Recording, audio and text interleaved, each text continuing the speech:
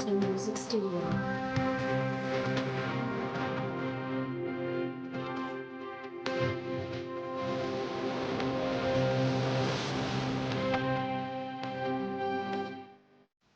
Hello and welcome.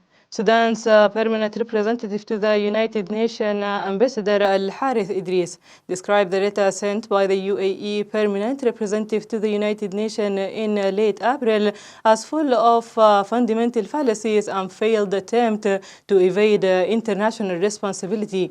In his letter to the President of the UN Security Council in response to the UAE letter yesterday, Al-Harith stated that the UAE representative has become completely aligned with the orientations and position of the Rapid Support Force, which his country sponsors.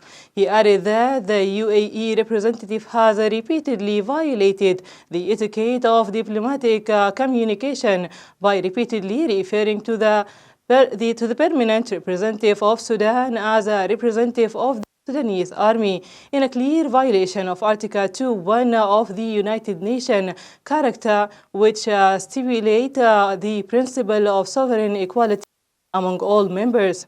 Al-Harith refuted the UAE representative message, citing international reporting and documents proving that UAE involved in sending weapons and equipment to the militia. Al-Harith also refuted the UAE representative claims that the final reports of the panel of expert lack the condemnation of the UAE as inaccurate allegation, indicating that the report did not receive the terms unanimous approval as it was not signed by all 5 experts, in a clear violation of the rules of the Sanctions Committee.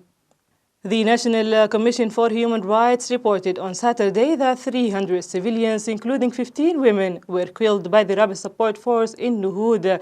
The Commission said in a statement received by Sudan, the Tribune said in it condemned the violation committed by the militia, including the targeting, liquidation, and direct killing of approximately 300 civilians, including 15 women and 21 children.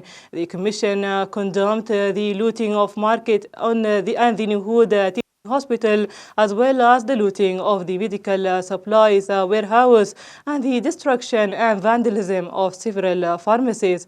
Moreover, the provision of civils for civilians from leaving the city, considering this is a serious violation, war crime, and crime against humanity, expressing concern that the lack of health care food could increase the risk of disease. The Sudanese army recaptured several towns west of White Nile State on Friday as part of a plan that the army source said aims to declare the White Nile and Khartoum State. Sudan Tribune reported that the pockets of the Rapid Support Force remain positioned west of the city of Ad-Diwem in White Nile State and the south of Umdurman in Khartoum State. On Friday, the army recaptured the village of Al-Sufi in Ramata locality west of White Nile State. It also managed to comb the town of Al-Alqa, Al-Shakik, and Al-Sufi after clashes with the Rapid Support Force. According to military source who spoke to Sudan Tribune, several movements, including the 18th Division in White Nile State, the Sudan Shield Force led by Kekel, and the Army Force in Durman are operating in coordination until the cleansing of the White Nile State and the southeastern western area of Khartoum State are completed. The Minister of Foreign Affairs, Ambassador Omar Al-Sadiq, received a congratulatory message from Mr. Muhammad Ali, chairperson of the African Union Commission, on his appointment as the Minister of Foreign Affairs. The chairperson of the Commission expressed his wishes for the minister to succeed in carrying out his duties. He affirmed the Union readiness to support Sudan, particularly in its peace-building efforts. In response to the congratulatory message, the minister expressed his thanks to the chairperson of the commission and his pride in the brotherly, supportive stance towards Sudan conveyed in the message. Sadiq reiterated Sudan's commitment to cooperating with the Commission and its support for its initiative to achieve peace on the continent. In another context, Sudan called on Kenya to reconsider its approach and work in line with the characters of the United Nations and the African Union. A statement from the Sudanese Foreign Ministry condemned the Kenyan statement from the incorrect capturing contained in the Kenyan statement, noting that the statement used the term Sudan's Armed Force Administration instead of the government of Sudan.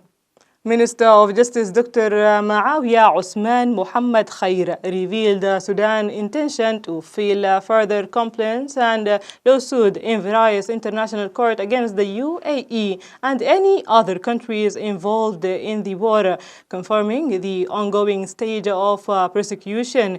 He stated that the ministry and the committee for establishing and following up on the international lawsuit against the Rapid Support Force and the countries supporting them are committed to prosecuting all those who have committed crimes against Sudan. He added that the lawsuit prosecuting against Chad before the African Commission on Human and People's Rights on the main committee of African Union are ongoing.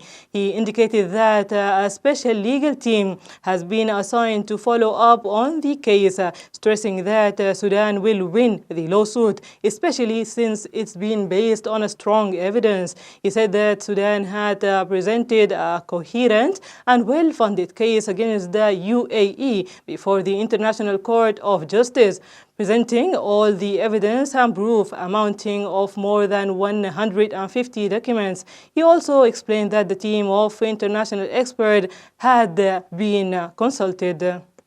Ambassador Zain Ibrahim, Sudan representative to the African Union, confirmed that the Sudanese government has strong evidence that external support for the Rapid Support Force from external parties, most notably United Arab Emirates, continuous air transport is continued via the airport of Mjaras in Chad and the base of Boseso in Somalia. He added that during his address to the 38th session of Africa Commission on Human and People's Rights, that Sudan will continue to pursue international justice and implement the principle of international justice at home. Al-Zain pointed out that the National Commission for the Investigation of Crime and Violations of National and International Humanitarian Law have concluded that the militia has committed war crimes, crimes against humanity, and ethnic cleansing and genocide. Congo and Rwanda were expected to submit a draft agreement to end the war in Congo East Friday. The agreement would be in line with the declaration of principle signed in Washington a week ago. Delegation from Kinshasa and Kigali have been meeting in Qatar to iron out their differences. The draft deal would cover issues such as territorial sovereignty, the fight against the armed groups, the mineral trade, refugees, and the role of the international force, particularly the MONUSCO. India said on Saturday it had banned the import of goods coming from the transition via Pakistan as tension rise between the nuclear-armed neighbors. India Director General of Foreign Trade said that the ban would be taken effect immediately. This restriction is imposed in the interest of national security and public policy, it said. This was your today's news by Sniper TV. Thank you for your time. Goodbye. Music Studio.